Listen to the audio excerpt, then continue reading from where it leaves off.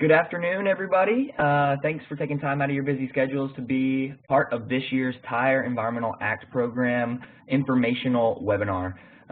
Very excited to talk more about our TEAP grant. That's what we call the Tire Environmental Act Program. This webinar is being put on by the Office of Sustainable Practices at the Tennessee Department of Environment and Conservation, TDEC. My name is Caleb Powell, and I'm an environmental scientist for OSP at TDEC, and I'll be hosting the webinar today for our wonderful speaker.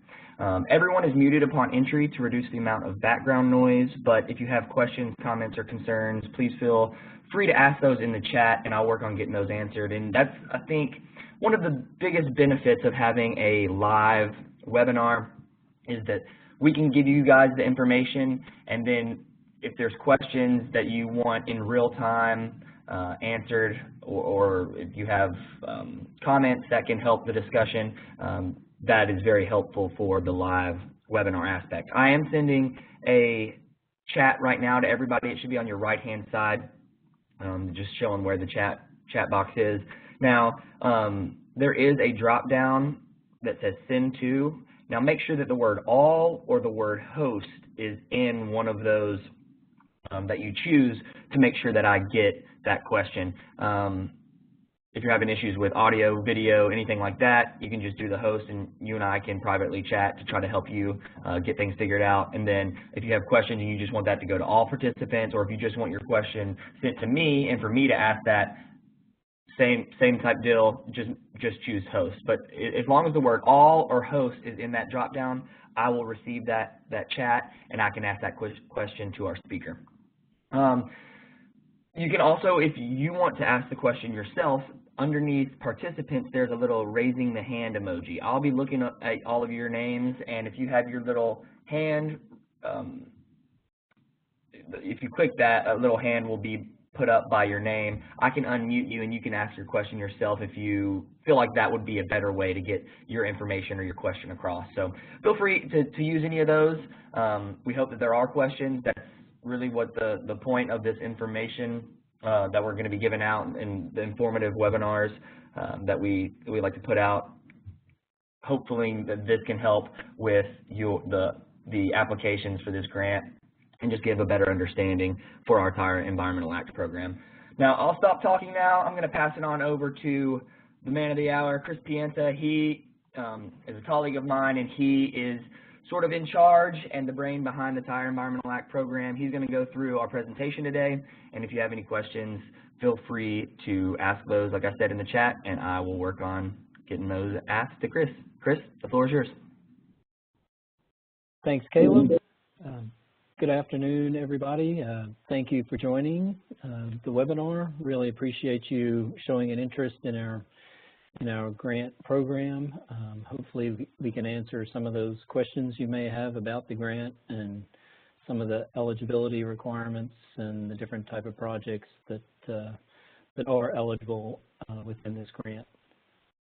I'll start off by just talking a little bit about the history of the program. And Caleb, for some reason, I am not able to move that to the next slide. See. Ooh, did I do that, or did you? I did it, and Okay. I'll just go through for you. Okay, appreciate it. All right, so just a brief history on the grant program itself. Back in 2015, the General Assembly created this environmental fund, and it actually assesses a fee on the sale of all new vehicles within the state. And depending on the number of tires on that vehicle, for 4 or less tired vehicles, it's a $5 fee. Any vehicle with 5 to 10 tires, it's a $10 fee. And then anything with 11 or more tires, it's a $15 fee. And then we collect those fees, and they help us to fund projects that can create beneficial reuses for our scrap tires here in Tennessee. And that fund has generally provided us roughly $1.4 million annually to be able to give out these grants. The idea was we we did have a fee set up on the sale of tires when you replaced your tires. Whenever old ones ran out and you were replacing them with new ones, there was a fee associated with that, but there was never a fee associated with new tires on a new vehicle. So that's why that fund was set up in 2015. The grant provides financial assurance or assistance to all entities in Tennessee that are going to help enhance activities that fit into these three different project categories. First one being tire recycling, second tire-derived material use, and then research and development. And the first category is tire recycling, and that is focused on entities that collect, transport, receive, and process waste tires into a material for beneficial end reuse. So any processors that we do have in the state that this category falls under. Potential examples of projects would include tire shredding, tire granulation, tire collection equipment, and tire transportation equipment. And anyone applying through this category, the proposal should be able to identify a viable end market for the product that you're producing. Next slide.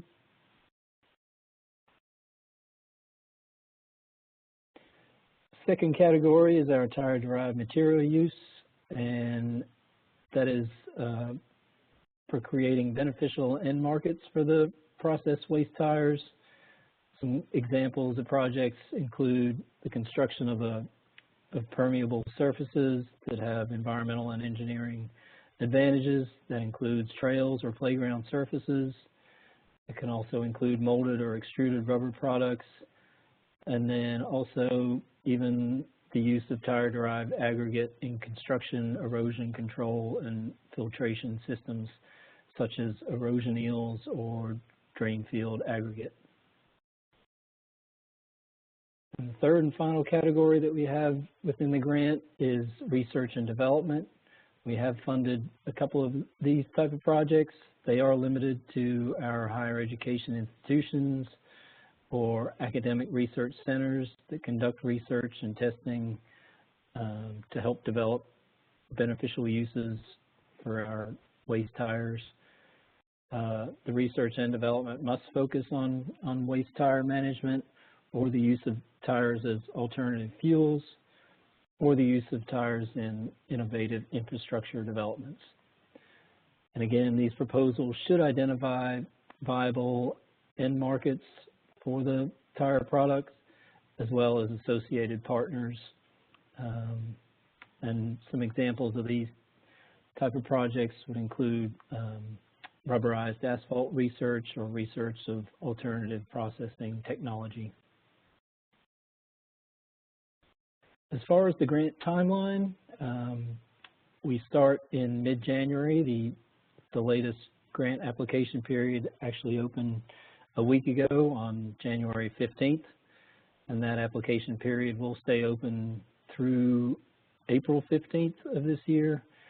And at that point, we'll begin reviewing all the applications that have been submitted. Hopefully by June, we're finalizing selection of who gets awarded the grant funding. And at that point, we'll notify those awardees.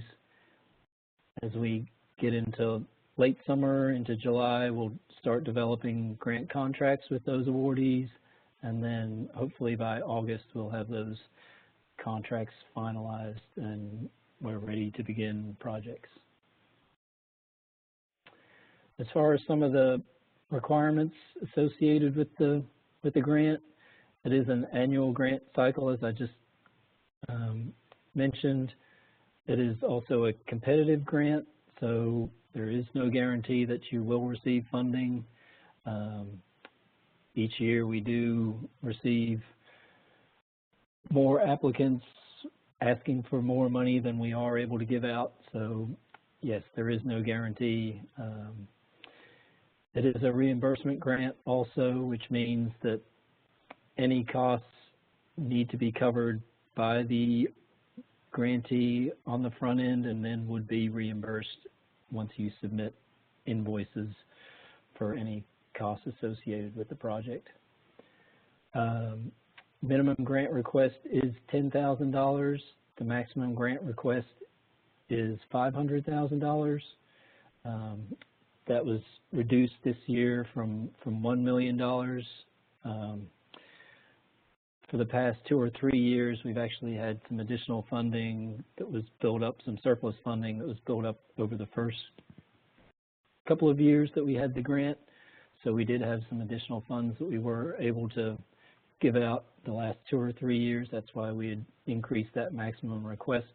But now we've spent down those funds, so now we have reduced it back to just the $500,000 per applicant. There is a 50% match required for-profit businesses, and then a 20% match required for either local governments or nonprofits, K through 12 schools, higher ed institutions as well. And the most important thing is the project itself must be shown that it's going to divert Tennessee tires from our landfills.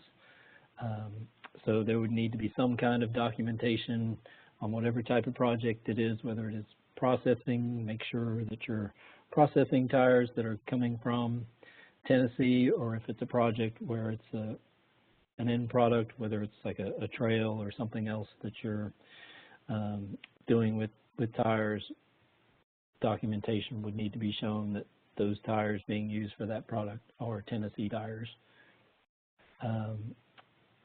All grants within TEAP are managed through the grant management system, and so we do the same thing. It's an online management software that handles all the applications and all the reimbursements and just everything to do with the grant. So if you are going to apply, you would need to get registered within the grant management system. And if you go to our Tire Environmental Act Program website, there's instructions there on how to get signed up. And we are required to report annually on the grant. We provide diversion numbers for each of the projects, how many tires have been diverted from landfills, thanks to the grant funding and how much funding we've spent each year as well, and then that report will be submitted to the General Assembly.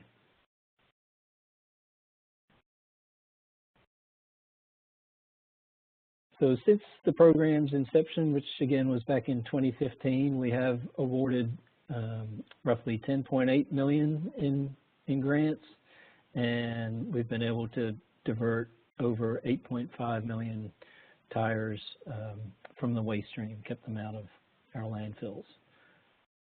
So before I go into the different types of TEAP projects that we've funded in the past, might be a good stopping point just to see if anyone has any general questions about the grant. I wasn't sure if there's anything in the chat or not, Caleb. Yeah, I don't see anything in the chat currently. I'm looking to make sure nobody's raised their hand. I'm not seeing anything currently, but yeah, just as a reminder, if you've got questions that you want me to ask, put those in the chat box to the host, or if you'd like to ask your question yourself, hit that little hand emoji that's underneath the names, and I can unmute you and you can ask your question. But right now, I don't see any that have came in yet. Okay. All right. Yeah, I thought it would be helpful to talk about some of the projects that we've funded in the past. That just gives you an idea of the variety of things that are covered under the funding, and yeah, just may help with you trying to figure out what maybe you want to do with funding. One of the more popular projects that we've done with our TEAP funding is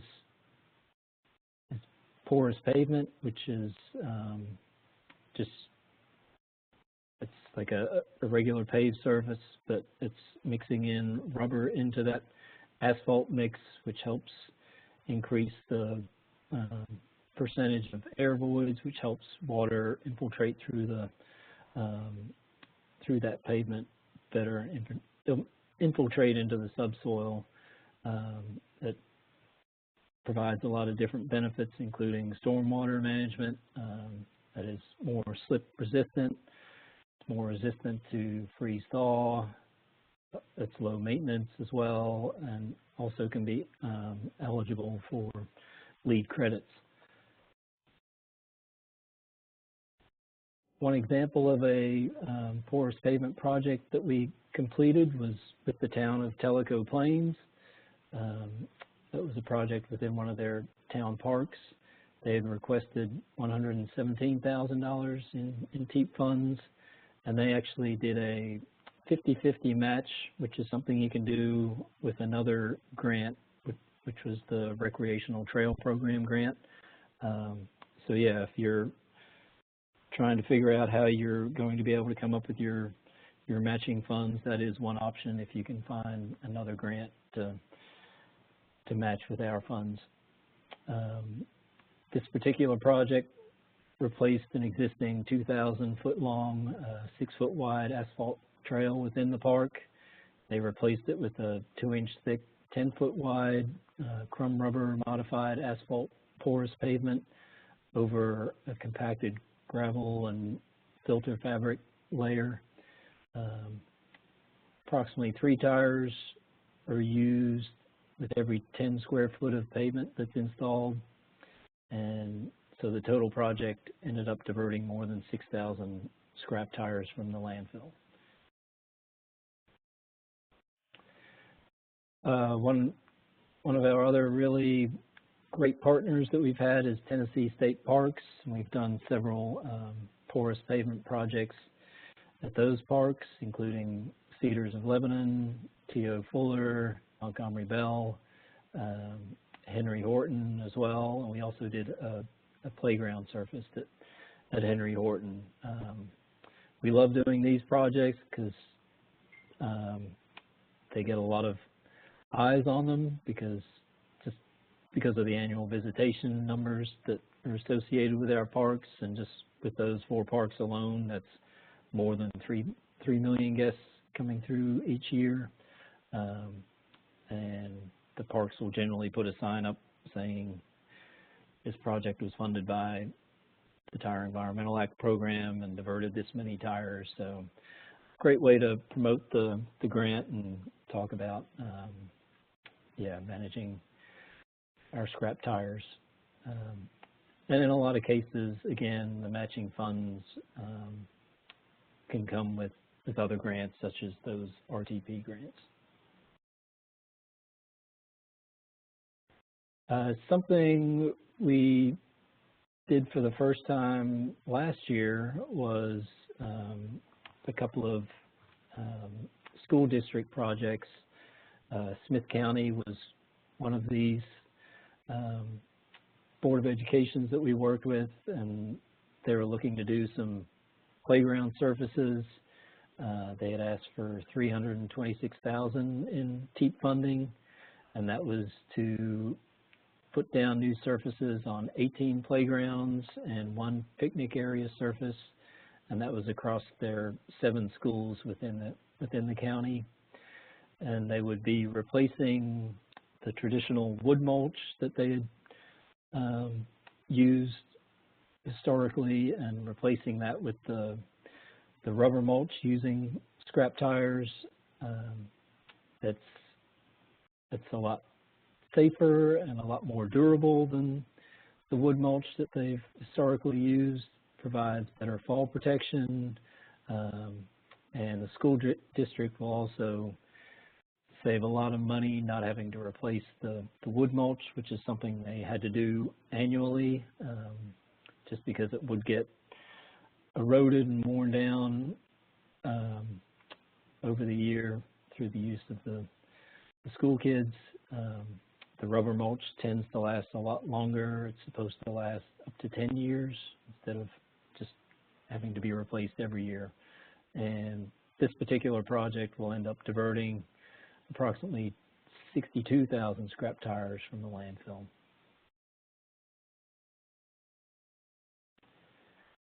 We've also worked with Metro Nashville, and maybe if you've been downtown, you may have noticed these as you were walking around. They've requested $96,000 in TEAP funding. It was a 50-50 in-kind match with Metro Nashville, and they replaced 130 of their broken or missing cast iron and aluminum tree grates and replaced those with flexible porous pavement. It was a great option for them. It was a lot less expensive, helped to reduce tripping hazards, and was also considered ADA compliant. It's lower maintenance for the city as well to maintain those, and also reduce liability costs. And they also still allowed the water to actually infiltrate into the tree root system as well, being porous. This was a partnership with Patriot Tire Recycling, who's based in Bristol, Tennessee, and the total project ended up diverting 1,200 tires from the landfills.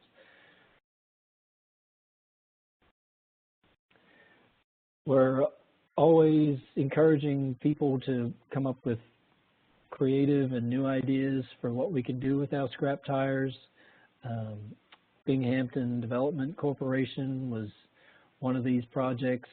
They had submitted an application to use scrap tires as bike lane barriers, and they had requested $35,000 in TEAP funding. They purchased a tire deconstruction machine, which would cut the sidewalls off of the tires and just leave the tread, as you can see in the photos, and those were used as the bike lane barriers. They did a pilot project, which was 1.2 miles along Broad Avenue in Memphis. That project diverted 420 tires from the landfills, and the great thing is this was a lot cheaper alternative to what they're currently using as bike lane barriers. Because this project was so successful, the pilot, they applied again this past year, and we're providing them with additional TEAP funding to do 3 more streets within Memphis. And yeah, now the city of Memphis is partnering with them to help maintain those barriers once they're installed. And the project's been so successful that Metro Nashville, we've had talks with them. They're also considering doing their own pilot project with a similar type product, which would help them to significantly reduce their costs compared to what their current method of bike lane barriers are.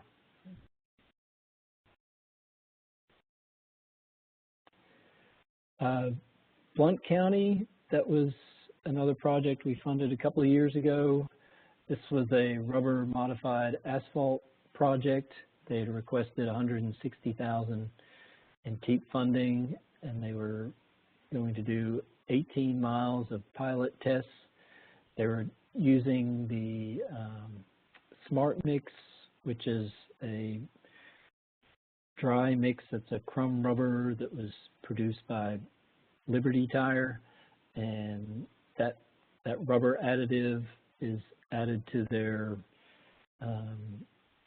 asphalt mix, and it helps to improve the durability of the roadway, as well as reduces noise levels and also reducing spray during rain events. So definitely encouraging these type of projects where we can get tires into our roads, just because that can use up a lot of tires, and So hopefully we can do some additional projects related to rubber modified asphalt.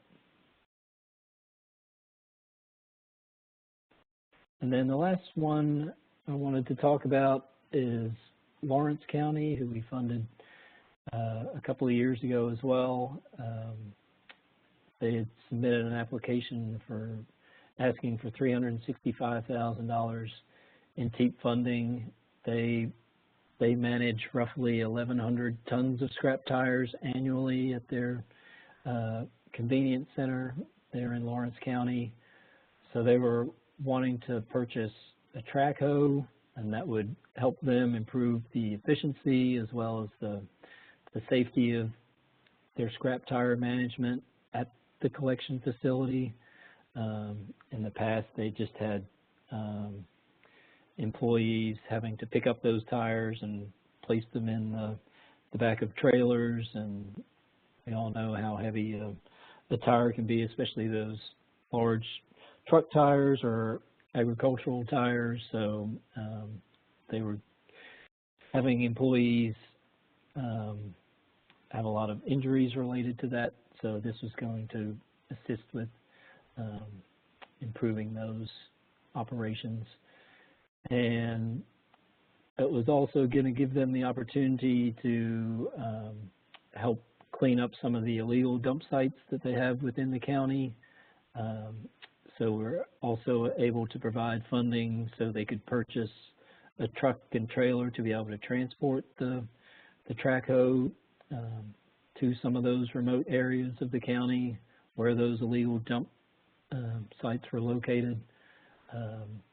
And I know they've also been working with some of the neighboring counties to help them clean up some of those illegal dump sites as well. So that's a great story there. And then there was also the additional public education campaign component as well, which we really liked.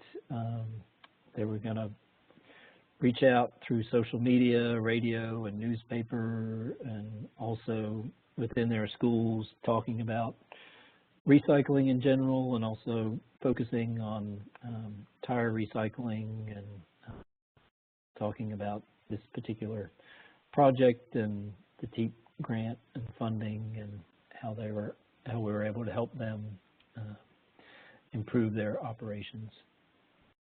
So that's just an example of some of the different projects that we've funded, just to maybe give you an idea of what maybe you could apply for.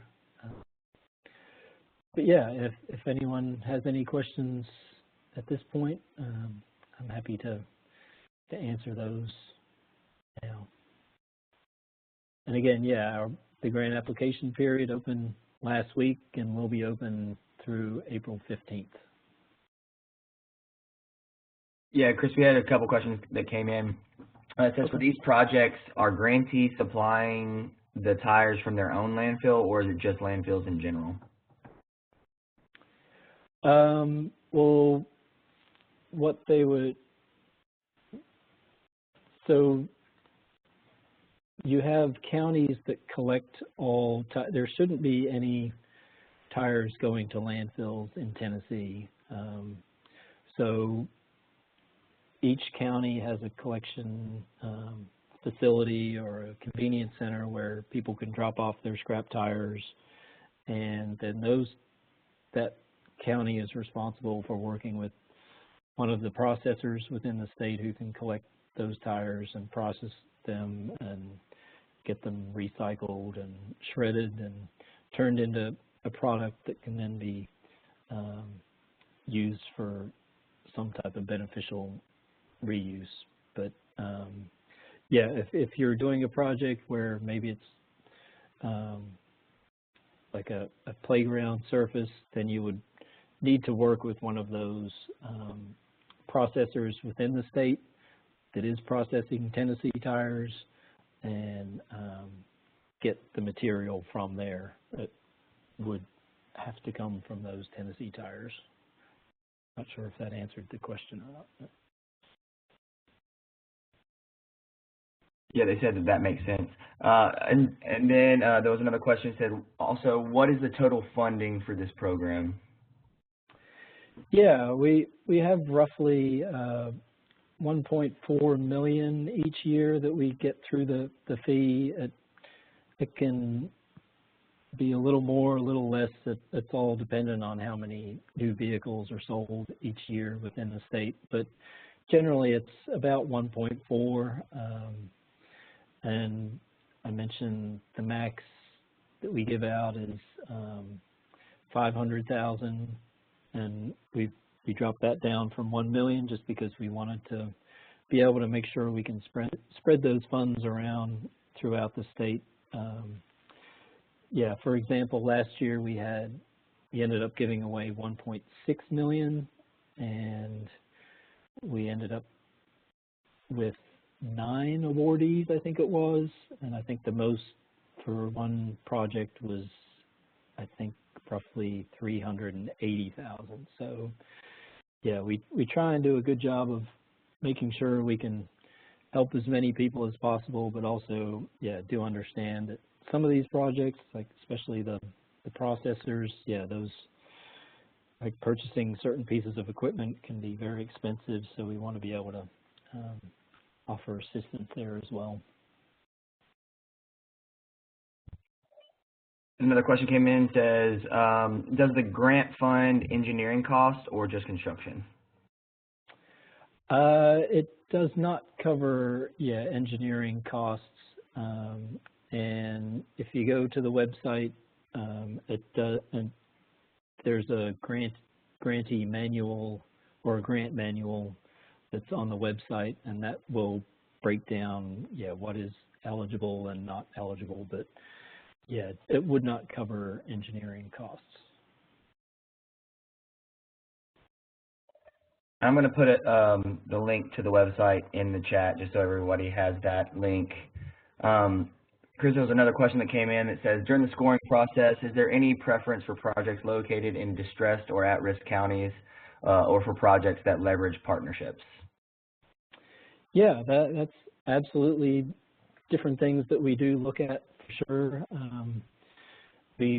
Like I said, we get all the applications in, and then we'll sit down. We have a review committee that looks over all of them, and obviously, yeah, we'll look at how many tires each project is going to divert from landfills, the cost, like what's the return on investment, and that type of thing.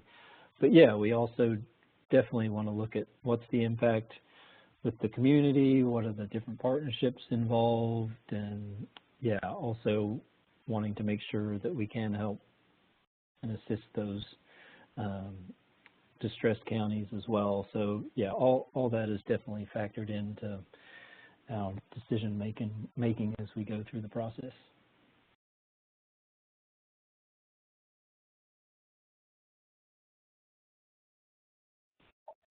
It says, how long is the grant contract?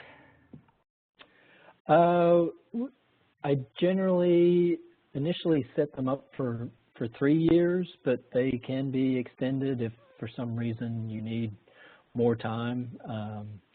So yeah, definitely don't feel like, yeah, if I apply this year, do I have to spend this money like within a year? Because I understand that, yeah, it can take a lot of coordination. I've had these discussions with local governments as far as budget cycles and that type of thing, and the schools as well. And so yeah, understand that, yeah, it can take a certain amount of time to get these projects up and running, but I initially set them up for 3 years, and in most cases projects can get completed in that time, but it's no problem to make an amendment to the contract and extend it out another year or two. The funding isn't going to go anywhere once we've awarded that to you and set up the contract. That money is yours. It'll stay in our pot of funds dedicated to your project, and yeah, and we'll keep that there for you as long as you need to get the project completed.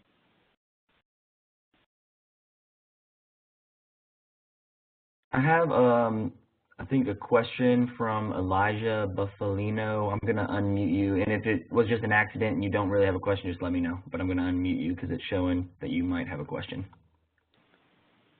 Elijah? Sorry about that. I thought I put it in correctly. My only question was, these funds, are they available for recycling operations as well as the use of the recycled material? Are they available for You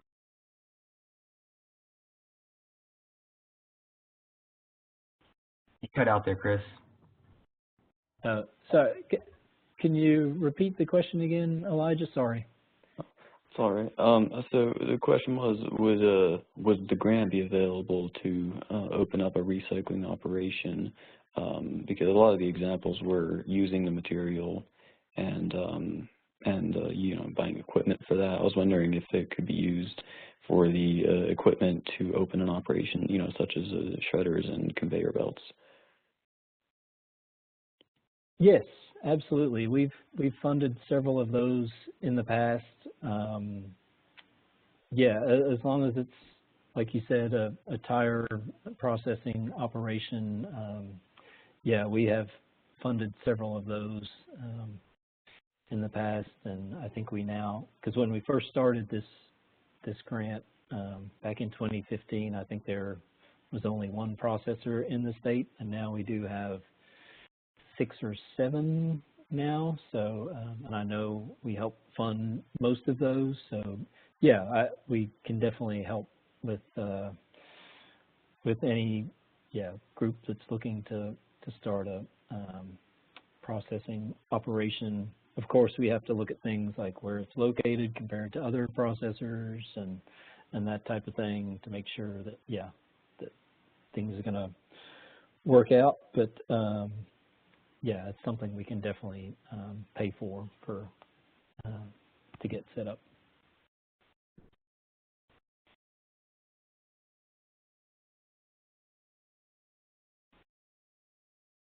All right.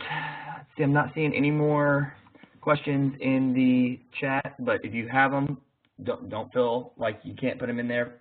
Shoot them our way, and then just like Elijah did, if you want to ask your question yourself to get a clear